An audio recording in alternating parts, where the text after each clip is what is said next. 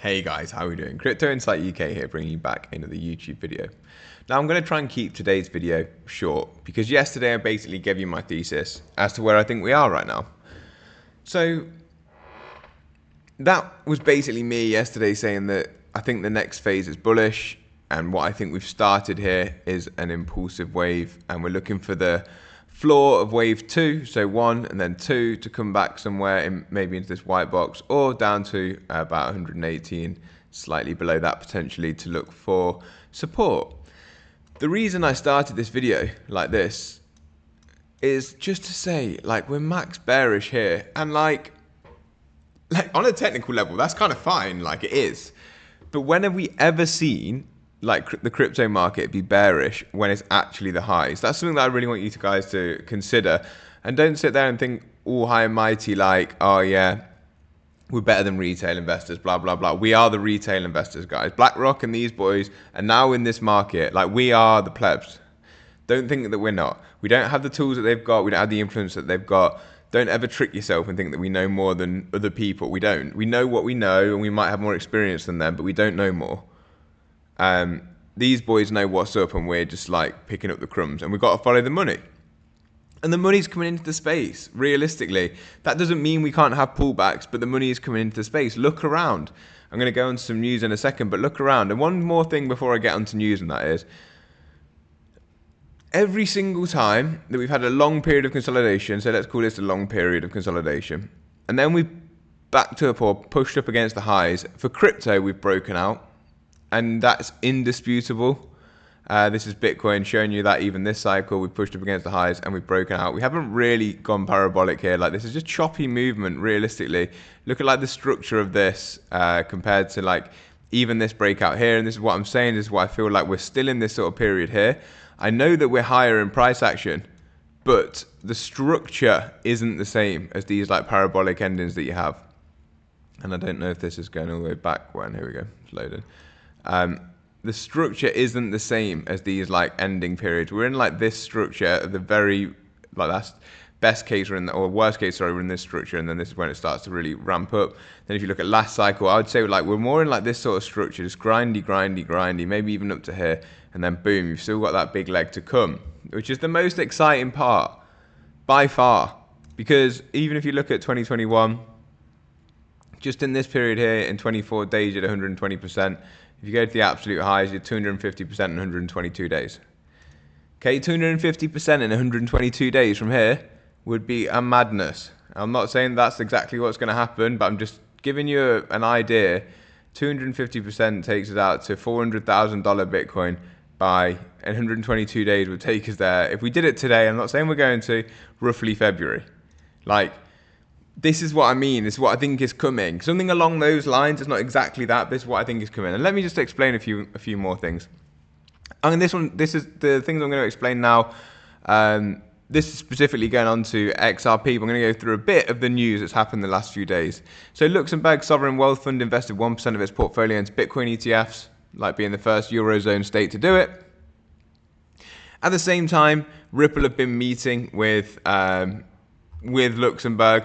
And there's images of Brad Garlinghouse and also an image of Chris Larsen with the financial minister of Luxembourg from way back when, and then they're meeting again now.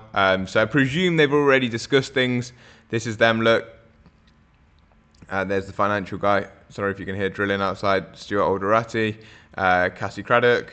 I don't know who this gentleman is. Excuse me. But they're obviously discussing something, and it's probably not Bitcoin. Like, that's just a stab in the dark, guys. Like, I'm not saying that against Bitcoin, because they've already bought 1% of allocation to Bitcoin, but they're probably not discussing Bitcoin here. They might have a conversation around it, but they're not going to be discussing with Ripple's legal counsel how to buy or use Bitcoin. They're going to be discussing RLUSD, XRP, and tokenization on the XRPL, and maybe some tokenization on ETH. But, like, guys, that's fantastic if that is the case. Also, we've seen this. Bybit becomes the first fully operational licensed crypto exchange in the UAE. So the UAE now have a fully licensed crypto exchange. And there was one other thing. Yeah, this. Japan got more crypto friendly. This is from yesterday, but we're just going to discuss it anyway. Oh, there's two more, sorry. Japan's PayPay acquires 40% stake in Binance. These are sovereign nations and traditional financial companies that are taking huge stakes in crypto companies, and you're being bearish over. I've just shown you the zoomed out price chart, and this is Bitcoin. Granted, I know altcoins do feel worse. I'm going to get into that in a second, but look where we are for Bitcoin. We're here. The highs are literally 3% away. Get a grip, guys. Seriously, like, I understand how it feels because I'm on crypto Twitter and it's just this negative echo chamber doom loop that it's just over and over again. And we're 3% off all-time highs for Bitcoin. And go and look at previous cycles and look where Bitcoin price goes, and then look what happens to altcoins. And don't say, oh, this cycle is not going to be different. Just go and have a look. Go and have a look. Don't listen to these idiots on Twitter, in my opinion. Just go and look at what happens historically. And look, you don't have to agree with me. Like, at this point, like, I don't know what else to say. Like, I'm trying really, really hard to keep a level head here and just be frank with you guys. But why is everyone so bloody negative? Even if you look at XRP, it's at 280. It's at 280. Okay, yeah, it's been here since December of last year, but before that we were at 30 cents for time. Before we were at 280 this cycle, yeah. Let me go on the other XRP chart. Before we were at 280 this cycle, which we're at right now, let me turn my drawings off. We hadn't seen 280 since bloody 2018. We hadn't seen it since 2018, which is bloody 7 years ago. And then we're at 280 now, and everyone's shit in the bed. I'm thinking, oh man, stresses me out, honestly. Why? Why are you so fucking stressed about it being at 280? Just chill the fuck out. Seriously.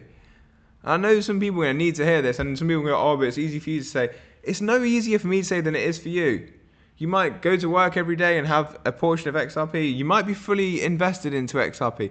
I'm fully in, and my life completely depends on whether XRP goes up or down.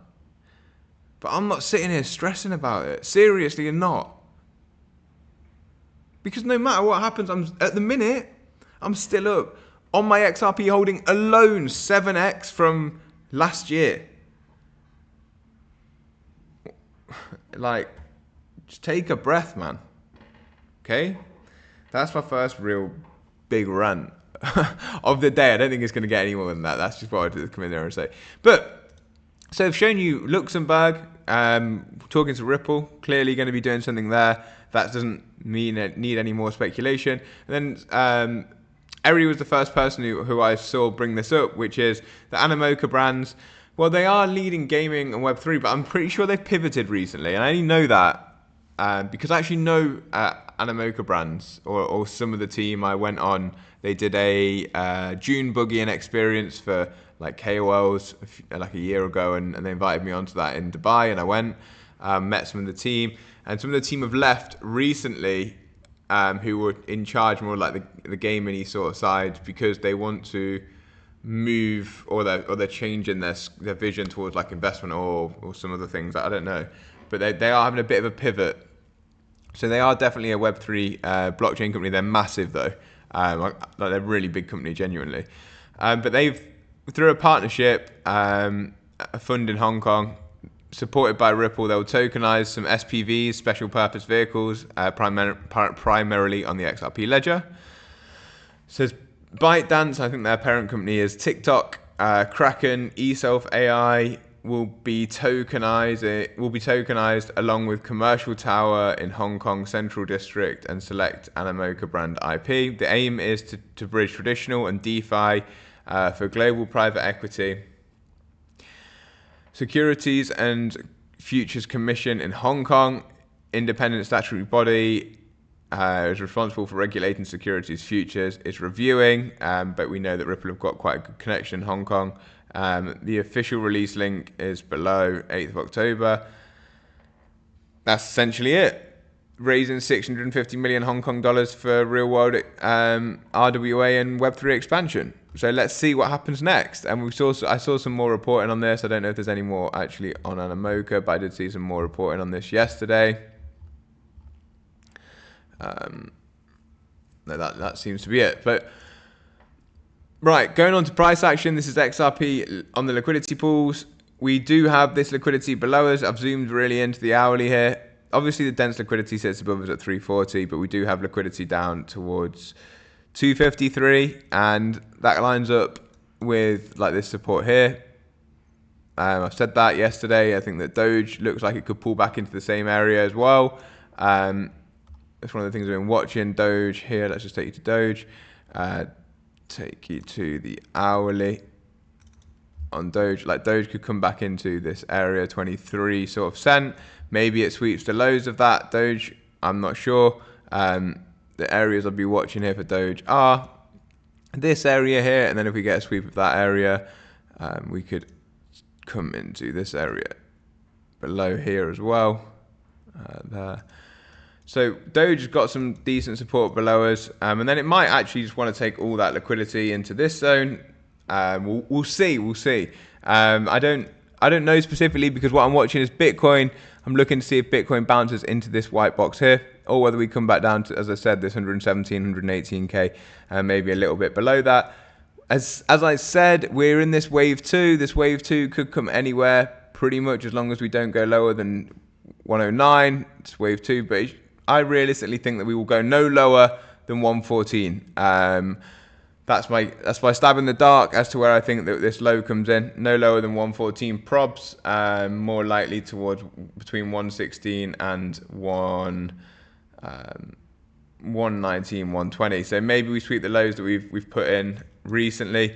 Maybe we don't. Like, I feel like this is the sort of price action that just shakes a lot of people out, and you're just kind of chopping, but it feels red everywhere. So that's basically how I'm looking at the markets right now and how I'm feeling.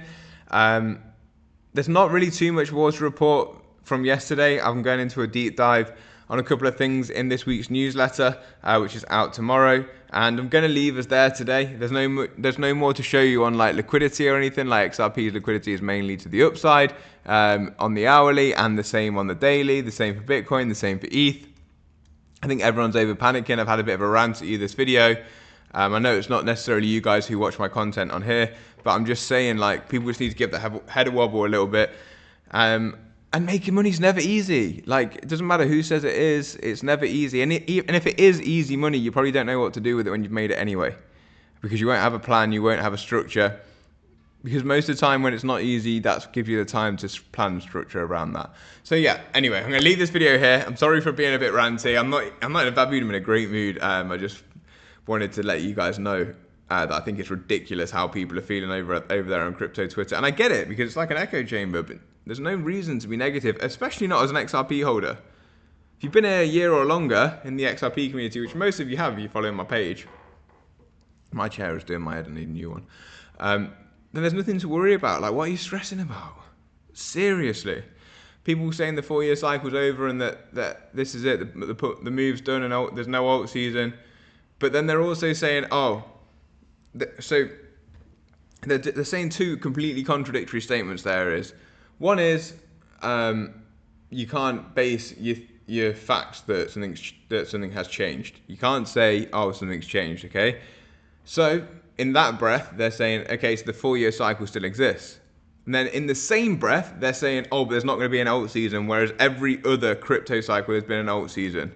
So either one of the statements is wrong, even though they're saying that both of those, like, if they're making their thesis, the 4-year cycle isn't over, this is why the top's in that same breath, there should be an alt season, because that in of itself means that the 4-year cycle is still in play, and every 4-year cycle there's been an alt season. So that's a ridiculous discussion to say nothing's changed, but we're going to sell because the top's in, but there's been no alt season or no drop in Bitcoin dominance, but nothing's changed. And nothing changes. So if nothing changes, there will be an alt season. And if something has changed, then maybe the top's not in, and maybe there won't be an alt season, but then maybe the top's not in. Do you understand what I'm saying?